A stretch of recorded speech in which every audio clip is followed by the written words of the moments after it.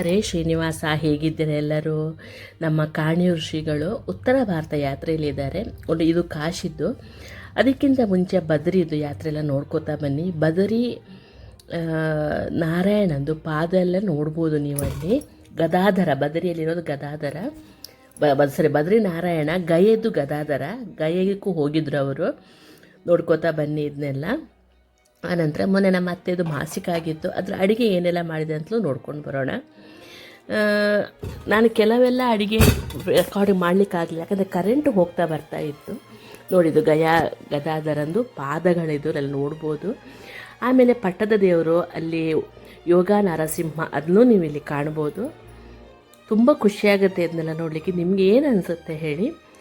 ಆನಂತರ ಕೃಷ್ಣನಂದು ನಿನ್ನೆದು ಅಲಂಕಾರ ಹಾಕಿದ್ದೀನಿ ಅಷ್ಟೇ. ನೋಡಿ, ಈಗ ನೋಡಿ ಏನೆಲ್ಲ ಮಾಡಿದ್ದು ನೋಡ್ಕೊಂಡು. ಪಾಯಸ, ಅನ್ನ, ಚಿತ್ರಾನ್ನ, ಅಪ್ಪ, ವಡೆ, ಪೂರಿ, ಪಲ್ಯ, ಚಟ್ನಿ, ಕೋಸಂಬರಿ ಎಲ್ಲ ಮಾಡಿದ್ದೀನಿ ನೋಡ್ಬೋದು. ಬಾಕಿದ್ದನ್ನೆಲ್ಲ ಆಮೇಲೆ ತೋರಿಸ್ತಾ ಬರ್ತೀನಿ. ಈಗ ಫಸ್ಟಿಗೆ ಏನು ರೆಡಿ ಮಾಡ್ಕೊಂಡಿದ್ದೀನಿ ನಾನು. ಪೂರಿಗೆ ಮಾವಿನ ಹಣ್ಣಿನ ಶ್ರೀಖಂಡ್ ಮಾಡಿದ್ದೆ. ಮಾವಿನ ಹಣ್ಣು ಶ್ರೀಖಂಡ್ ಮಾಡಲಿಕ್ಕೆ ಫಸ್ಟು ಮೊಸರನ್ನು ನಾವು ಅದರ ಒಂದು ಬಟ್ಟೆಯಲ್ಲಿ ಕಟ್ಟಿ ನೀರೆಲ್ಲ ಸೋಸ್ಕೋಬೇಕು ಅದನ್ನ. ಇದು ನಾನು ಹಿಂದಿನ ಅವತ್ತು ಮಾಡಿಟ್ಟಿರುವಂಥದ್ದು. ಎಲ್ಲ ಸ್ವಲ್ಪ ವೆಯ್ಟ್ ಇಟ್ಟು ಸೋಸಿ ಮಾಡಿದ್ದನ್ನು ತೆಗೆದು ಫ್ರಿಜ್ಜಲ್ಲಿ ಇಟ್ಬಿಟ್ಟೆ. ಮಾರನೇ ದಿವಸ ಅದನ್ನ ಮಾವಿನ ಹಣ್ಣಿನ ಪಲ್ಪ್ಗೆ ಸೇರಿಸ್ಕೊಂಡೆ. ನೀವು ಅದನ್ನು ನೋಡ್ಬೋದು ಮುಂದೆ ವೀಡಿಯೋದಲ್ಲಿ.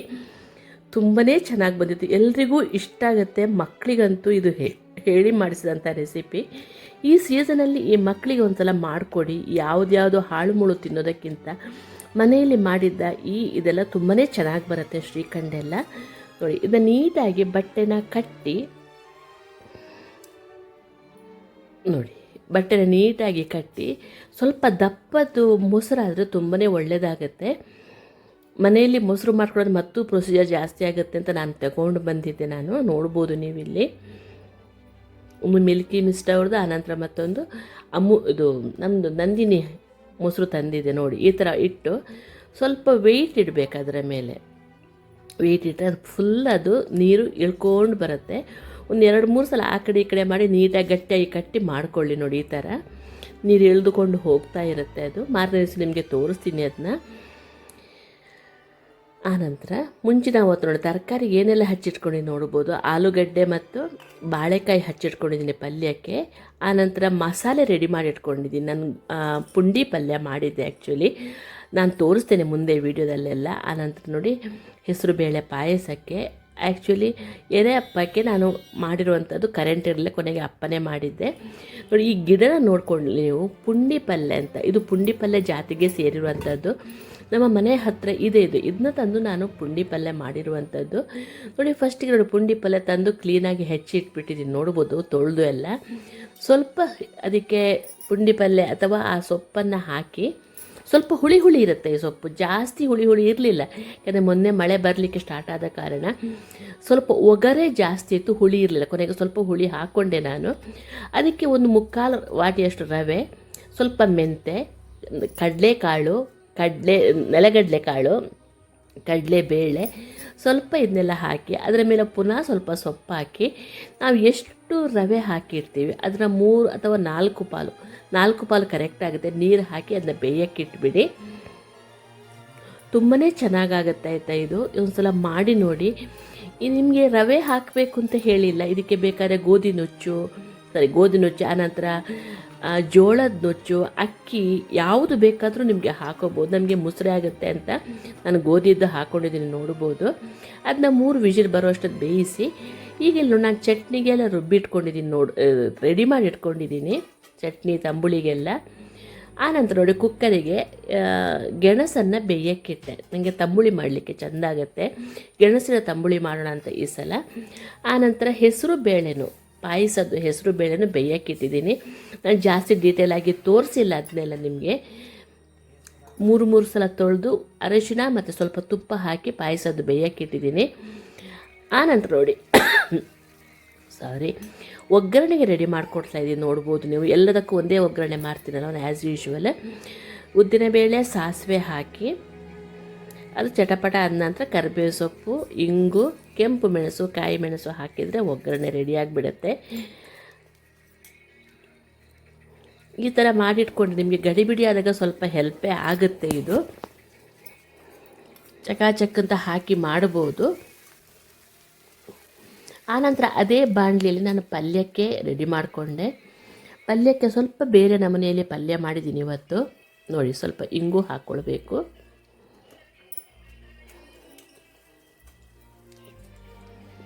ಸ್ವಲ್ಪ ಅದರಲ್ಲೇ ಒಗ್ಗರಣೆ ಉಳಿಸ್ಕೊಂಡು ನೋಡಿ, ಸ್ವಲ್ಪ ಅದಕ್ಕೆ ಬಾಳೆಕಾಯಿ ಹೆಚ್ಚಿಟ್ಟಿದ್ದು, ನೆಕ್ಸ್ಟು ಆಲೂಗೆಡ್ಡೆ ಎಲ್ಲನೂ ಹಾಕ್ಕೊಂಡೆ ನೀವು ಕಾಣ್ಬೋದು.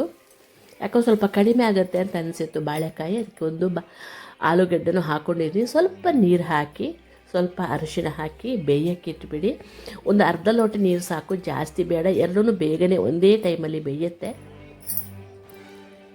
ಆನಂತರ ಉಪ್ಪು ಅದಕ್ಕೆ ಹಾಕಿ ಬೇಯಿಸಿದರೆ, ಪಲ್ಯಕ್ಕೆಲ್ಲ ಉಪ್ಪು ಹಾಕಿ ಬೇಯಿಸಬೇಕಾಗತ್ತೆ.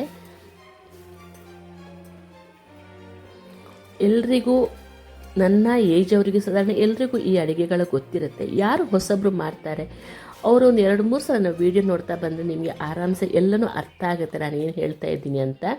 ನೋಡಿ, ಫಸ್ಟು ತಂಬುಳಿಗೆ ರೆಡಿ ಮಾಡ್ತಾಯಿದ್ದೀನಿ. ಒಂದೇ ಲೆಕ್ಕದ್ದು ಆ್ಯಸ್ ಯೂಶ್ವಲ್ ನಾನು ಕಾಯಿ ಮೆಣಸು, ಶುಂಠಿ ನೋಡಿ ಎಲ್ಲ ರೆಡಿ ಇಟ್ಕೊಂಡಿದ್ದು ನೋಡ್ಬೋದು. ತುಂಬ ಸಲ ತೋರಿಸಿದ್ದೀನಿ, ಒಗ್ಗರಣೆ ಹಾಕೆಲ್ಲ ಇಟ್ಟಿದ್ದೀನಿ ನೋಡ್ಬೋದು. ಆನಂತರ ನೋಡಿ, ಇದು ಸಾರಿಗೆ ನೆಲ್ಲಿಕಾಯಿ ಸಾರು ಮಾಡೋಣ ಅಂತ ನೆಲ್ಲಿಕಾಯಿ, ಕಾಯಿ ಮೆಣಸು, ಇಂಗು, ಉಪ್ಪು, ಕರಿಬೇವಿನ ಸೊಪ್ಪು, ಕೊತ್ತಂಬರಿ ಸೊಪ್ಪು, ಸ್ವಲ್ಪ ಉಪ್ಪು ಬೇಕಾದರೆ ಆಮೇಲೆ ಹಾಕ್ಕೊಂಡ್ರು ನಡೆಯುತ್ತೆ. ಎಲ್ಲ ಮಿಕ್ಸಿ ಹಾಕ್ಕೊಳ್ಳಿ, ತುಂಬಾ ಅದ್ಭುತವಾಗಿ ಬರುತ್ತೆ. ಒಂದ್ಸಲ ಈ ಸಾರನ್ನು ಮಾಡಿ ನೋಡಿ. ಏನು ಗೊತ್ತಾ, ಕಾಯಿ ಮೆಣಸು, ಶುಂಠಿ, ಇಂಗು, ಕೊತ್ತಂಬರಿ ಸೊಪ್ಪು, ಕರಿಬೇವಿನ ಸೊಪ್ಪು ಇಷ್ಟು ಹಾಕಿ ನಾನು 7-8 ಇದು ಹಾಕಿದ್ದೀನಿ. ಎಲ್ಲನೂ ಖಾಲಿಯಾಗಿತ್ತು ಸಾರು. ಈ ಮಳೆ ಮತ್ತು ಬೇಸಿಗೆ ಮಧ್ಯದಲ್ಲಿ ನೋಡಿ, ಈ ಟೈಮಲ್ಲಿ ಶೀತ ಜ್ವರ ಎಲ್ಲ ಬಂದಾಗ ತುಂಬಾ ಹೆಲ್ಪ್ ಆಗುತ್ತೆ. ಇದಕ್ಕೆ ಸ್ವಲ್ಪ ಬೇಕಾದ್ರೆ ನೀವು ಪೆಪ್ಪರ್ ಪುಡಿ ಹಾಕೊಂಡು, ನಾನು ಪೆಪ್ಪರ್ ಪುಡಿ ಈ ಸಲ ಹಾಕ್ಕೊಂಡಿರಲಿಲ್ಲ. ಪೆಪ್ಪರ್ ಪುಡಿ, ಜೀರಿಗೆ ಪುಡಿ ಕೂಡ ಹಾಕ್ಕೊಳ್ಬೋದು. ನಾನು ಇಡೀ ಜೀರಿಗೆ, ಹಸಿ ಜೀರಿಗೆ ಹಾಕ್ಕೊಂಡಿದ್ದೀನಿ ಅಷ್ಟೇ. ಇನ್ನು ಕುದ್ದ ನಂತರ ತುಪ್ಪದಲ್ಲಿ ಜೀರಿಗೆ ಒಗ್ಗರಣೆ ಕೊಟ್ಟರೆ ಇದು ಆಗಿಬಿಡುತ್ತೆ.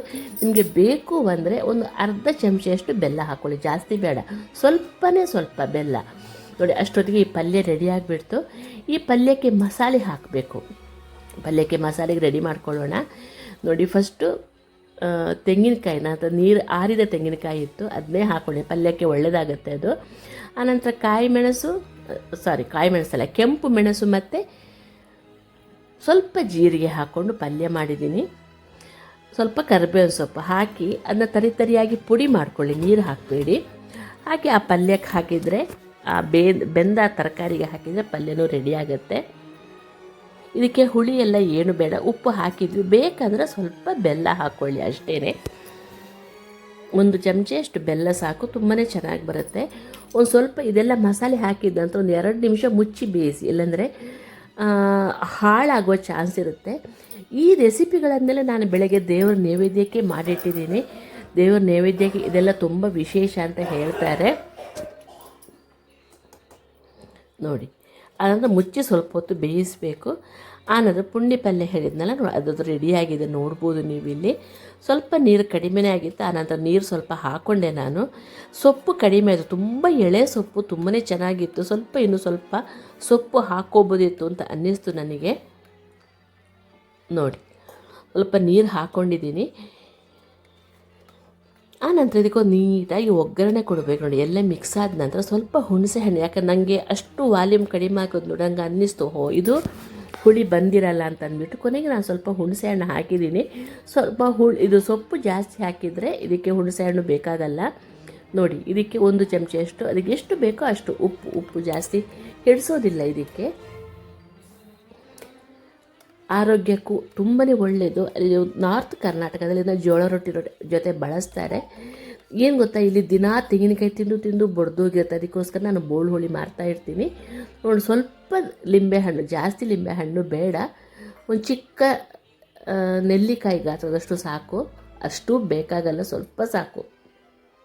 ಆನಂತರ ಅದಕ್ಕೆ ಎಣ್ಣೆ ಸ್ವಲ್ಪ ಜಾಸ್ತಿ, ಒಂದು 3-4 ಚಮಚ ಎಣ್ಣೆ ಬೇಕಾಗತ್ತೆ.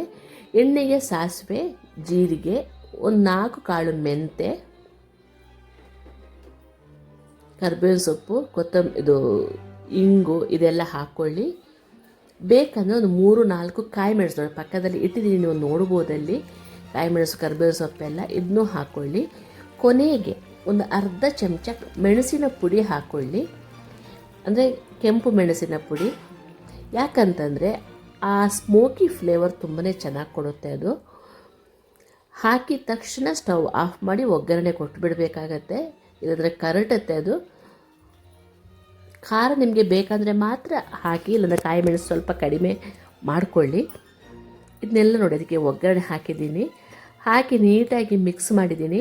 ಆನಂತರ ಏನು ಗೊತ್ತಾ, ನಾನು ಬೆಳಗ್ಗೆ ದೇವ್ರ ನೈವೇದ್ಯಕ್ಕೆ ಮಾಡಿರೋದ್ರಿಂದ ಮಧ್ಯಾಹ್ನಕ್ಕೂ ಇನ್ನೊಂದು ಸಲ ಬಿಸಿ ಮಾಡ್ತೀನಿ ಅಂತ ನಾನು ಆವಾಗ ಬಿಸಿ ಮಾಡಿರಲಿಲ್ಲ. ಯಾಕಂದರೆ ಇದು ಬಿಸಿಗಿಡೋ ದೊಡ್ಡದು ವಿಷಯ ಅಲ್ಲ, ಇದು ಬೇಗ ತಳ ಹತ್ತಿ ಬಿಡುತ್ತೆ. ಆನಂತರ ಪಾಯಸಕ್ಕೆ ರೆಡಿ ಮಾಡಿಕೊಡು. ನೀವು ನೋಡ್ಬೋದು, ಕರೆಂಟ್ ಇರಲಿಲ್ಲ, ನಿಮಗೆ ಗೊತ್ತಾಗುತ್ತೆ ಅಲ್ಲಿ. 3 ಸೌತೆಕಾಯನ್ನು ಹೆಚ್ಚಿಟ್ಕೊಂಡಿದ್ದೆ. ನಾನು ಸ್ವಲ್ಪ ಕೋಸಂಬರಿಗೆ ತೆಗೆದು ಹಾಕ್ಕೊಂಡು ಅದಕ್ಕೆ ಬೆಂದ ಹೆಸರು ಬೇಳೆಯನ್ನು ಹಾಕಿ ನಾನು ಪಾಯಸ ಮಾಡಿರುವಂಥದ್ದು.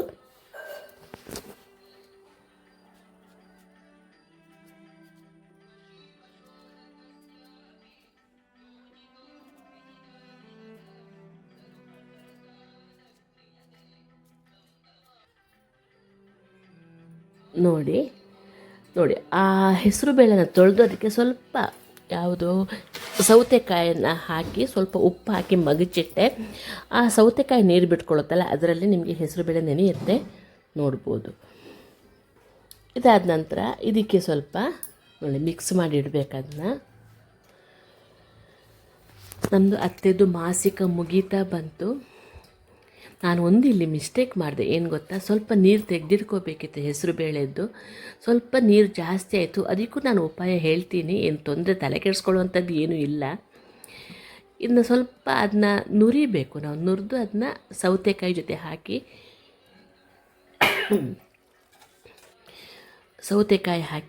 ಅದಕ್ಕೆ ಸ್ವಲ್ಪ ಉಪ್ಪು, ಸ್ವಲ್ಪ ಬೆಲ್ಲ, ಎಷ್ಟು ಬೇಕೋ ಅಷ್ಟು ಬೆಲ್ಲ ಹಾಕಿ ಕುದಿಯೋಕ್ಕೆ ಇಡಬೇಕು. ಸಿಮ್ಮಲ್ಲಿ ಇಟ್ಕೊಳ್ಳಿ, ಬೇಗ ಇದು ತಳ ಹಿಡಿಯುತ್ತೆ. ಅದಕ್ಕೆ ನಾನು ಕೆಳಗೆ ಸೌತೆಕಾಯಿ ಹಾಕಿರುವಂಥದ್ದು. ಸೌತೆಕಾಯಿ ಹಾಕಿದ ತಕ್ಷಣ ಕುದಿಯೋಗಿಂತ ಮುಂಚೆ ನಾವು ಬೆಲ್ಲನೂ ಹಾಕ್ಕೊಂಡ್ರೆ ಸೌತೆಕಾಯಿ ಅದು ಕರಗಿ ಹೋಗಲ್ಲ, ನಿಮಗೆ ಸ್ವಲ್ಪ ಬಾಯಿಗೆ ಸಿಗುತ್ತೆ, ಭಾಳ ಚೆಂದ ಆಗುತ್ತೆ ಅದು. ನೋಡಿ, ಇದಕ್ಕೆ ಏಲಕ್ಕಿ ಅಪ್ಪಿ ಕೂಡ ಹಾಕ್ಲಿಕ್ಕೆ ಹೋಗ್ಬೇಡಿ. ಸೌತೆಕಾಯಿದು ಘಮ ತುಂಬಾ ಚೆನ್ನಾಗಿ ಬರುತ್ತೆ. ಆನಂತರ ದ್ರಾಕ್ಷಿ ಗೋಡಂಬಿನ ಹಸಿರೇ ಹಾಕ್ಕೊಳ್ಬೇಕು, ಹುರಿದು ಹಾಕೊಳ್ಳುವಂಥ ಅವಶ್ಯಕತೆ ಇಲ್ಲ. ಸ್ವಲ್ಪ ತೊಳೆದು ಹಾಕ್ಕೊಂಡೆ, ನನಗೆ ಯಾಕೋ ಅಂಗಡಿ ತಂದಿದ್ರೆ ಒಂದು ನಮೂನೆ ಆಗಿಬಿಡುತ್ತೆ.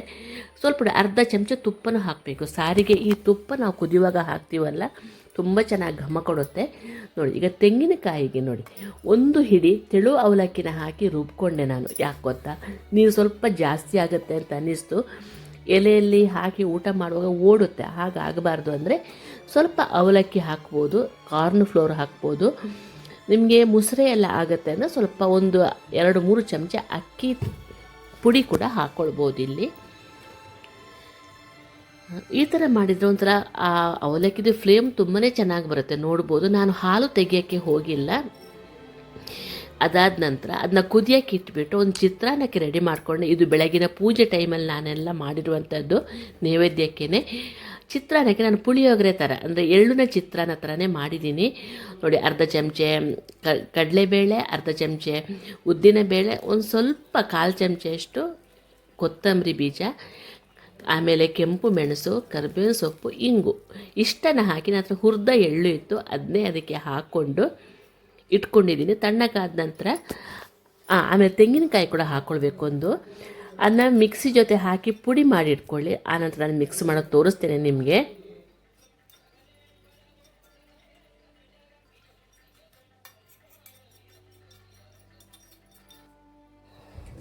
ನೋಡಿ, ಮಿಕ್ಸಿಗೆ ಹಾಕ್ಕೊಂಡು ಪುಡಿ ಮಾಡಿ ಇಟ್ಕೊಂಡಿದ್ದೀನಿ. ಎಲ್ಲ ಮಿಕ್ಸ್ ಮಾಡಿ ಸ್ವಲ್ಪ ಉಪ್ಪು, ಸ್ವಲ್ಪ ಬೆಲ್ಲ ಹಾಕಿ ಅದನ್ನ ಮಿಕ್ಸ್ ಮಾಡಿಕೊಂಡ್ರೆ ನಮ್ಮದು ಚಿತ್ರಾನ್ನ ರೆಡಿ.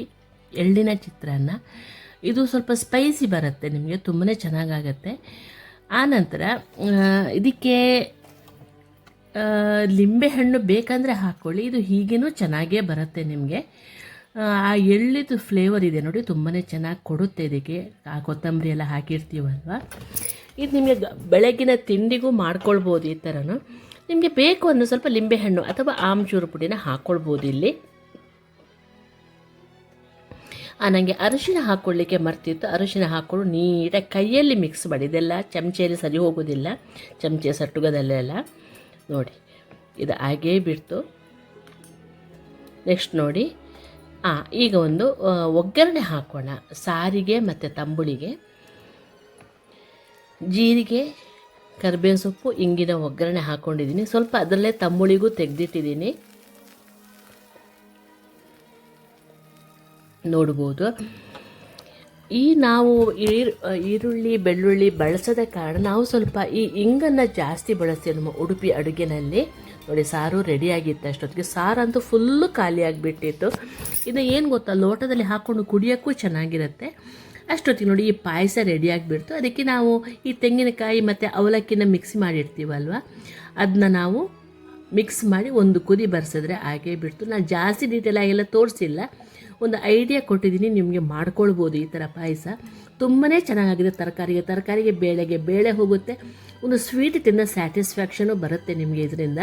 ನೋಡಿ, ಈಗ ಈ ಗೆಣಸಿದೆಯಲ್ಲ ಬೇಯಕ್ಕಿಟ್ಟಿದ್ದನ್ನು, ಅದನ್ನ ಸಿಪ್ಪೆ ತೆಗೆದು ಸ್ವಲ್ಪ ಕಟ್ ಮಾಡಿ ಇಟ್ಕೊಂಡಿದ್ದೀನಿ. ಸ್ವಲ್ಪ ಮಿಕ್ಸಿಗೆ ಹಾಕ್ಕೊಳ್ಬೇಕು ಈಗ, ನೋಡಿ ಈ ಥರ.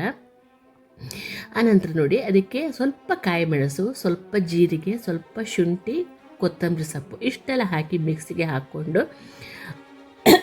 ನೀರು ಹಾಕ್ಕೊಳ್ಬಿಡಿ, ಮಜ್ಜಿಗೆ ಹಾಕ್ಕೊಂಡು ರುಬ್ಕೊಂಡು ಎಲ್ಲ ಮಿಕ್ಸ್ ಮಾಡಿ ಒಗ್ಗರಣೆ ಕೊಟ್ಟು ಆನಂತರ ಮತ್ತೆ ಮೇಲೆ ಸ್ವಲ್ಪ ಕೊತ್ತಂಬರಿ ಸೊಪ್ಪು ಹಾಕ್ಕೊಂಡ್ರೆ ನಮ್ಮದು ತಂಬುಳಿ ರೆಡಿ ಆಗುತ್ತೆ.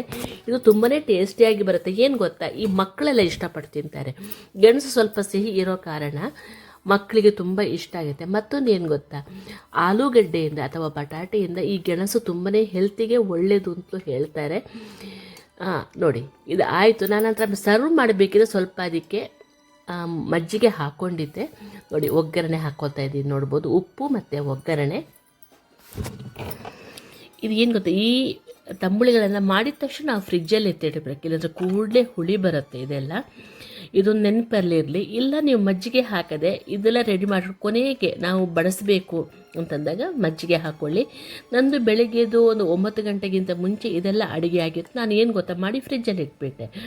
ನೋಡಿ, ಈಗ ಬೆಳಗ್ಗೆ ತಿಂಡಿ ಭಾಳ ಚೆನ್ನಾಗಾಗುತ್ತೆ. ಈ ಸಲ ಮಾಡಿ ನೋಡಿ. ದಪ್ಪ ಅವಲಕ್ಕಿನ ತೊಳೆದು ಬಿಟ್ಟು ಜಸ್ಟ್ ಮುಳುಗುವಷ್ಟು ನೀರು ಹಾಕಿ, ಸ್ವಲ್ಪ ಉಪ್ಪು, ಸ್ವಲ್ಪ ಬೆಲ್ಲ ತುಂಬ ಕಡಿಮೆ ಸಾಕು ಇದಕ್ಕೆ.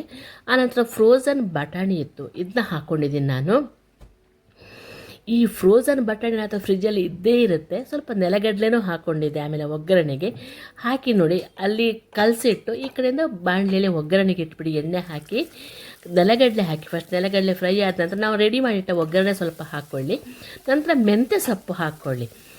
ಮೆಂತ್ಯ ಸೊಪ್ಪು ಒಂದು ಅದ್ಭುತವಾಗಿ ಫ್ಲೇವರ್ ಕೊಡುತ್ತೆ ಇದಕ್ಕೆ. ಮೆಂತ್ಯ ಸೊಪ್ಪು ಇಲ್ಲ ಅಂತಂದರೆ ಕೊತ್ತಂಬರಿ ಸೊಪ್ಪನ್ನು ಹಾಕ್ಕೊಬೋದು, ಸ್ವಲ್ಪ ಜಾಸ್ತಿ, ಒಂದು ಕಟ್ಟಷ್ಟು ಕೊತ್ತಂಬರಿ ಸೊಪ್ಪು ಇಲ್ಲಿ ಹಾಕ್ಕೊಳ್ಬೋದು ನಾವು.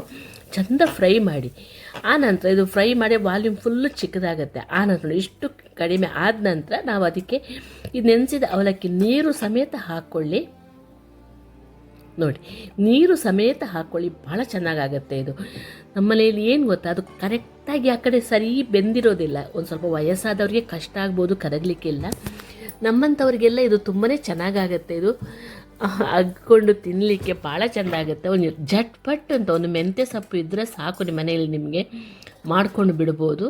ನೋಡಿ, ಇದು ಸ್ವಲ್ಪ ಬೆಂದ ನಂತರ ನೋಡಿ ಇದಕ್ಕೆ ತೆಂಗಿನಕಾಯಿ ಬೇಡ, ನೆನಪಿರಲಿ, ತೆಂಗಿನಕಾಯಿ ಬೇಡವೇ ಬೇಡ ಇದಕ್ಕೆ. ಮೆಂತ್ಯ ಸೊಪ್ಪು ನೆಲಗಡಲೆ ಹಾಕಿರೋದ್ರಿಂದ ಇದು ತೆಂಗಿನಕಾಯಿ ಬೇಡ. ಸ್ವಲ್ಪ ನಿಂಬೆಹಣ್ಣು ಹಿಂಡ್ಕೊಂಡಿದ್ದೀನಿ ಅಷ್ಟೇ, ನಾನು ತೋರಿಸ್ತಿದ್ದೆ.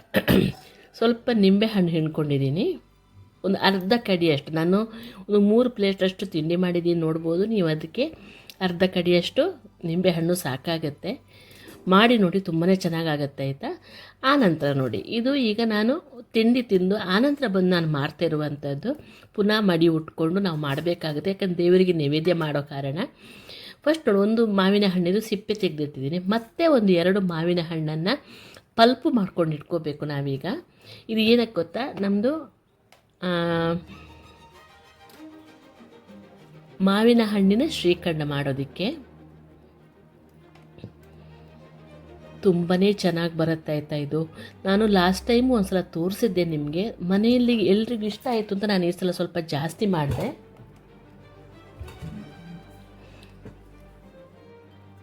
ಆದರೆ ಏನು ಗೊತ್ತಾ, ಇದು ಶುಗರಿಗೆಲ್ಲ ಅಷ್ಟು ಒಳ್ಳೆಯದಲ್ಲ. ಇದು ಪಲ್ಪನ್ನೆಲ್ಲ ತೆಗೆದು ಹಾಕ್ಕೊಳ್ಳಿ ಈ ಥರನೇ. ನೋಡಿ, ಇದು ಸುಲಭವಾಗಿ ಸಿಪ್ಪೆ ತೆಗೆಯದೆ ನೋಡಿ ನಾವು ಯಾವ ಥರ ಪಲ್ಪ್ ತಗೊಂಡಿದ್ದೀನಿ ನೋಡ್ಬೋದು. ಈ ಪ್ರೊಸೀಜರ್ ಅನುಸರಿಸಿ ನಿಮಗೂ ಸ್ವಲ್ಪ ಸುಲಭ ಆಗ್ಬೋದು ಕೆಲಸ. ನೋಡಿ, ಚಕಾಚಕ್ ಅಂತ ಆಗಿಬಿಡುತ್ತೆ. ಇದನ್ನೆಲ್ಲ ನಾವು ಮಿಕ್ಸಿಗೆ ಹಾಕ್ಕೊಳ್ತೀವಿ. ಆದ ಕಾರಣ ಜಾಸ್ತಿ ಸೈಜ್ ಬಗ್ಗೆ ಇದೆಲ್ಲ ನೋಡಲಿಕ್ಕೆಲ್ಲ ಹೋಗಬೇಡಿ. ನೋಡಿ, ಇದು ಪಲ್ಪ್ ರೆಡಿ ಆಯಿತು. ಇದಕ್ಕೆ ನೋಡಿ ನಾನು ಸಕ್ಕರೆ ಬದಲಿ ಸಲ ಬೆಲ್ಲ ಹಾಕ್ಕೊಂಡಿದ್ದೀನಿ ಬೇಕು ಅಂತಲೇ. ಸ್ವಲ್ಪ ಸಕ್ಕರೆ ಹಾಕ್ಕೊಂಡೆ ನಾನು. ಮಾವಿನ ಹಣ್ಣು ಎಷ್ಟು ಸಿಹಿ ಉಂಟು ಅದರ ಮೇಲೆ ಡಿಪೆಂಡ್ ಆಗಿರುತ್ತೆ. ನಮಗೆ ಏನು ಗೊತ್ತಾ, ನಾವು ದೇವರಿಗೆ ನೈವೇದ್ಯ ಮಾಡೋ ಕಾರಣ ಟೇಸ್ಟ್ ಎಲ್ಲ ನೋಡೋದೇ ನಾವು ಮಾಡ್ತೀವಿ. ದೇವರ ಮೇಲೆ ಭಾರ ಹಾಕಿ ಮಾಡ್ತೀವಿ, ಎಲ್ಲನೂ ಚೆನ್ನಾಗಾಗತ್ತೆ. ಎಲ್ರಿಗೂ ನಮ್ಮ ಅಡುಗೆ ಬಗ್ಗೆ ಗೊತ್ತಿರ್ಬೋದು, ನಾವು ಮಾಡ್ತಾ ಮಾಡ್ತಾ ಟೇಸ್ಟ್ ಮಾಡಲ್ಲ ಆ್ಯಕ್ಚುಲಿ. ನೋಡಿ, ಇದನ್ನ ಮಿಕ್ಸಿಗೆ ಹಾಕ್ಕೊಂಡು ಪಲ್ಪ್ ಮಾಡ್ಕೊಳ್ಳಿ. ಆನಂತರ ನಾವು ನಿನ್ನೆ ಮೊಸರನ್ನು ಇದು ಮಾಡಲಿಕ್ಕೆ ಇಟ್ಟಿದ್ದು, ನೀರು ಹೋಗಲಿಕ್ಕೆ ಸೋಸಿ ಹೋಗ್ಲಿಕ್ಕೆ ಇಟ್ಟಿದ್ವಲ್ಲ, ನೋಡಿ ಅದನ್ನ ತೆಗೆದಿಟ್ಕೋಬೇಕು. ನಾನು ಒಂದು ಸ್ವಲ್ಪ ಮಿಸ್ಟೇಕ್ ಮಾಡಿದೆ. ಈ ಥರ ಮಾಡೋ ಬದಲು ಡೈರೆಕ್ಟ್ ಮಿಕ್ಸಿಗೆ ಹಾಕಿ ಒಂದು ರೌಂಡ್ ತಿರುಗಿಸ್ಬೋದಿತ್ತು. ಆನಂತರ ತಪ್ಪು ಸರಿ ಮಾಡ್ಕೊಂಡೆಲ್ಲ ಅದನ್ನೇ ಮಾಡಿಕೊಂಡೆ ನಾನು. ಸುಮ್ಮನೆ ಇದಕ್ಕೆ ಹಾಕಿ ನಾನು ವಾಪಸ್ ಪುನಃ ಮಿಕ್ಸಿಗೆ ಹಾಕಬೇಕಾಯಿತು. ಹಾಂಕರ್ಡ್ ಅಂತ ಒಂದು ಬರುತ್ತೆ, ಅದನ್ನ ಮಾಡುವಂಥದ್ದೊಂದು ಪ್ಲಾಸ್ಟಿಕ್ ಇದೊಂದು ಎಕ್ವಿಪ್ಮೆಂಟ್ ಥರ ಬರುತ್ತೆ, ಸ್ವಲ್ಪ ಡಬ್ಬ ಥರ ಇರುತ್ತೆ. ನೀವು ಬೇಕಾದ್ರೆ ಸರ್ಚ್ ಮಾಡಿ ನೋಡ್ಬೋದು.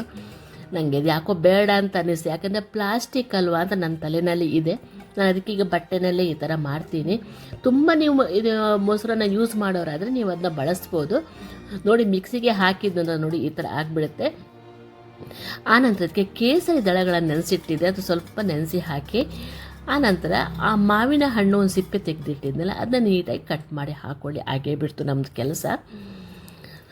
ಮಾಡಿದ ತಕ್ಷಣ ಆ್ಯಸ್ ಯೂಶ್ವಲ್ ಇಂದ ಫ್ರಿಜ್ಜಲ್ಲಿ ಇಟ್ಬಿಡಿ, ಯಾಕಂದರೆ ಕೂಡಲೇ ಹುಳಿ ಬರುತ್ತೆ. ಇದೆಲ್ಲ ಜಾಸ್ತಿ ಪೆರಿಷೇಬಲ್ ಅಲ್ಲ, ಜಾಸ್ತಿ ದಿವಸ ಬರುವಂಥದ್ದಲ್ಲ ಇದು. ಬಟ್ ಟೇಸ್ಟ್ ಮಾತ್ರ ಪೂರಿ ಜೊತೆ ಅದ್ಭುತವಾಗಿ ಬರುತ್ತೆ. ಶುಗರ್ ಇರೋರು ಮಾತ್ರ ಸ್ವಲ್ಪ ಜಾಗ್ರತೆಯಾಗಿ ತಿನ್ನಿ ಇದನ್ನ. ಅವ್ರಿಗೇನು ಗೊತ್ತಾ, ನೀವು ಹುಳಿ ಮೊಸರು ಅಲ್ಲ ಈ ನಂದಿನ ಮೊಸರು ಹಾಕೋತೀರಾ ಅಂತಂದರೆ ಸಕ್ಕರೆ ಬೆಲ್ಲ ಸ್ವಲ್ಪ ಅವಾಯ್ಡ್ ಮಾಡಿ. ಮಾವಿನ ಹಣ್ಣಿಗೆ ಡೈರೆಕ್ಟ್ ಹಂಕರಡ್ ಇದೆಯಲ್ಲ, ಹಂಕರಡ್ ಅಂದರೆ ನಾವು ನೀರು ಇದು ಇಳಿಸಿ ಗಟ್ಟಿ ಮೊಸರು ಇರುತ್ತಲ್ಲ ಅದನ್ನ ಹಾಕ್ಕೊಂಡು ತಿನ್ಬೋದು. ನೋಡಿ, ಅದಾದ ನಂತರ ಕರೆಂಟು ಬಂದು ಹೋಗ್ತಾ ಇತ್ತು. ವಡೆಗೆ ರೆಡಿ ಮಾಡ್ಕೋತೀನಿ ನೋಡ್ಬೋದು. ಜೀರಿಗೆ, ಇಂಗು, ಕಾಯಿಮೆಣಸು, ಕರಿಬೇವಿನ ಸೊಪ್ಪು, ಶುಂಠಿ, ನೋಡಿ ಇದನ್ನೆಲ್ಲ ಹಾಕಿ ಕೊತ್ತಂಬರಿ ಸೊಪ್ಪು ಹಾಕಿದ್ದು, ಸ್ವಲ್ಪ ತೆಂಗಿನಕಾಯಿ ಹಾಕ್ಕೊಂಡೆಲ್ಲ ಮಸಾಲೆ ರೆಡಿ ಮಾಡ್ಕೊಂಡಿದ್ದೀನಿ. ಉದ್ದಿನ ಬೇಳೆನ ರುಬ್ಬಿಟ್ಕೊಂಡಿದ್ದೀನಿ, ನಾವು ಕರೆಂಟು ಹೋಗಿದೆ ನೀವು ನೋಡ್ಬೋದು. ಆಮೇಲೆ ರವೆ, ಚಿಕ್ಕ ರವೆ, ಇದು ಉಪ್ಪಿಟ್ಟು ರವೆ ಅಂತೀವಲ್ಲ ಅದನ್ನ ಹಾಕ್ಕೊಂಡು ಎಲ್ಲ ಮಿಕ್ಸ್ ಮಾಡಿಟ್ಕೊಂಡಿದ್ದೀನಿ. ಆಮೇಲೆ ಪೆಪ್ಪರ್ ಪುಡಿ, ಜೀರಿಗೆ ಪುಡಿ ಕೂಡ ಹಾಕ್ಕೊಂಡಿದ್ದೀನಿ. ಇನ್ನು ಎಲೆಯಲ್ಲಿ ನೋಡಿ ರೆಡಿ ಮಾಡಿಕೊಂಡು ಸ್ವಲ್ಪ ಎಲೆಗೆ ಎಣ್ಣೆ ಹಚ್ಕೊಂಡು ವಡೆ ಥರ ತಟ್ಟಿ ಎಣ್ಣೆಯಲ್ಲಿ ಕರೆದ್ರೆ ವಡೆನೂ ಆಗಿಬಿಡುತ್ತು. ತುಂಬ ಸುಲಭದಲ್ಲಿ ಮಾಡ್ಬೋದು, ನೀವು ನೋಡ್ಬೋದು. ನಾನು ಎಮರ್ಜೆನ್ಸಿ ಲ್ಯಾಂಪ್ ಇಟ್ಕೊಂಡು ವಿಡಿಯೋ ರೆಕಾರ್ಡಿಂಗ್ ಮಾಡ್ತಾಯಿದ್ದೀನಿ. ಬಟ್ ನಾನು ಎಲೆಯಪ್ಪ ಅಂತ ಮಾಡಬೇಕು ಅಂತ ಇದ್ದೆ, ಅದಕ್ಕೆ ಕರೆಂಟೇ ಹೋಗಿಬಿಡ್ತು. ಕೊನೆಗೆ ಬಾಳೆಹಣ್ಣು ಕೈಯಲ್ಲಿ ಹಿಚಿಕಿಬಿಟ್ಟು ನಾನು ಅಪ್ಪ ಮಾಡಬೇಕಾಗಿ ಬಂತು. ಕೆಲವೊಂದು ಸಲ ನಮ್ಮ ಕೈಯಲ್ಲಿ ಹೇಳಿದಂಗೆ ಏನೂ ಆಗೋದಿಲ್ಲ, ತುಂಬ ಮಳೆ ಇತ್ತು ಆವತ್ತು. ಆದ ಕಾರಣ ಹೀಗೆಲ್ಲ ಆಗಿಬಿಡ್ತು ನೋಡಿ. ಈ ಥರ ವಡೆ ತಟ್ಕೊಂಡು ಬಿಡಿ. ಇದೊಂಥರ ಏನು ಗೊತ್ತಾ, ಮೊಸರು ಹಾಕಿ ವಡೆ ಮಾಡೋದಕ್ಕೂ ಉದ್ದಿನ ವಡೆ ಮಾಡೋದಕ್ಕೂ ಇದೊಂದು ಸ್ವಲ್ಪ ಡಿಫರೆಂಟ್ ಇರುತ್ತೆ. ಇಲ್ಲಿ ಉಡುಪಿಯಲ್ಲಿ ದೇವಿ ದೇವಸ್ಥಾನಗಳಲ್ಲಿ ನವರಾತ್ರಿಯಲ್ಲಿ ಈ ಥರ ವಡೆ ಮಾಡ್ತಾರೆ. ನಮಗೆ ವಡೆ ಮಾಡಿ ಬಡಿಸ್ತಾರೆ ಮಧ್ಯಾಹ್ನ ಊಟಕ್ಕೆಲ್ಲ ಹೋದರೆ. ತುಂಬಾ ಚೆನ್ನಾಗಿ ಬರುತ್ತೆ. ಸ್ವಲ್ಪ ಖಾರ ಎಲ್ಲ ಕಡಿಮೆ ಆಗಿರ್ತು ಅಂತ ಅನ್ನಿಸ್ತು ನನಗೆ. ಆನಂತರ ಪರವಾಗಿಲ್ಲ, ಓಕೆ ಎಲ್ಲ ಜೊತೆ ಒಂದು ತಾನೇ ಇದು. ಬಟ್ ಚಟ್ನಿ ಇತ್ತಲ್ಲ, ಖಾರದ ಚಟ್ನಿ ಇತ್ತು. ನಾನು ನೆಲ್ಲಿಕಾಯಿ ಮತ್ತು ಒಂದೆಲಕಾಯಿ ಚಟ್ನಿ ಅದನ್ನು ನೆಂಚ್ಕೊಂಡು ತಿನ್ನೋಕ್ಕೂ ತುಂಬಾ ಚೆನ್ನಾಗಾಗಿತ್ತು ನೋಡಿ. ಇದು ಒಂದು ಬ್ಯಾಗ್ ಹೋಯ್ತು. ಇದೇ ಥರ ಎಲ್ಲನೂ ಮಾಡಿ ಮುಗಿಸ್ಕೊಂಡೆ. ಆನಂತರ ಪೂರಿ ಕೂಡ ಮಾಡಿಕೊಂಡೆ, ನೀವು ನೋಡ್ಬೋದು. ಅದನ್ನೆಲ್ಲ ಜಾಸ್ತಿ ವೀಡಿಯೋ ಮಾಡಿ ತೋರಿಸಿಲ್ಲ, ನಿಮ್ಗೆ ಎಲ್ರಿಗೂ ಗೊತ್ತಿರುವುದನ್ನು. ಪೂರಿ ಮೇಕರ್ ಹತ್ರ ಒಂದು ಇದೆ ನೋಡಿ, ಪೂರಿ ನೀವು ಒತ್ತುವಂತ ಅದರಲ್ಲಿ ಮಾಡಿದ್ದು ನಾನು. ಒಂದೇ ಸೈಜಲ್ಲಿ ನೀಟಾಗಿ ಬಂತು ನೋಡಿ. ಊಟ ರೆಡಿ ಆಗಿಬಿಡ್ತು. ಹೇಗಾಯಿತು ಅಂತ ಹೇಳಿ ಫ್ರೆಂಡ್ಸ್. ಇಷ್ಟ ಆದರೆ ಗೊತ್ತಾ, ಲೈಕ್, ಶೇರ್, ಕಮೆಂಟ್ಸ್ ಮಾಡೋದನ್ನು ಮರಿಬೇಡಿ ನೋಡಿ. ಈ ಕಡೆ ಎಲ್ಲನೂ ಉಂಟು ನೋಡಿ.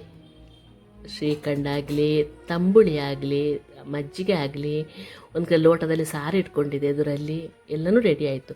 ಇದು ನಾನು ಮಾಡಿದಂಥ ಗರಿಕೆ ಹಾರ, ನೀವು ನೋಡಿ. Thank you. ಶ್ರೀಕೃಷ್ಣ ಹಾಕ್ಕೊಂಡಿದ್ದ ಗರಿಕೆ ಮತ್ತು ಪಾರಿಜಾತನ ಒಟ್ಟು ಸೇರಿಸಿ ಮಾಡಿರುವಂಥದ್ದು. Thank you.